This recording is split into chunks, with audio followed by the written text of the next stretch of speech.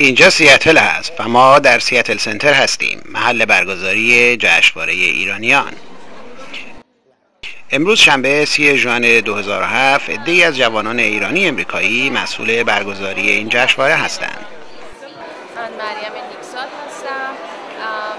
این یک کامبینیشنی آف مال سفره عیدمون حفظی. در این جشنواره غرفه‌های زیادی هست: غرفه‌های فرش، نقاشی، صنایع دستی.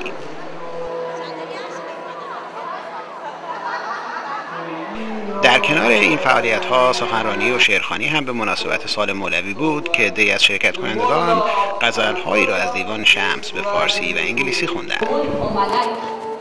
از کرم و بخشش او روشن و بخشنده شدم. ای آفتاب حسن برون آدمی ز ابر کان چهره مشعشع تابان عزیز.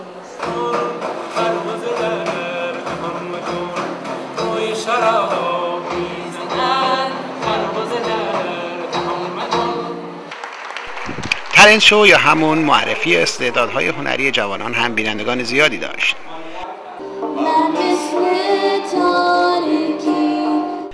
در این میان ردیف خوانی یک دختر خانم آمریکایی هم بسیار جالب توجه بود.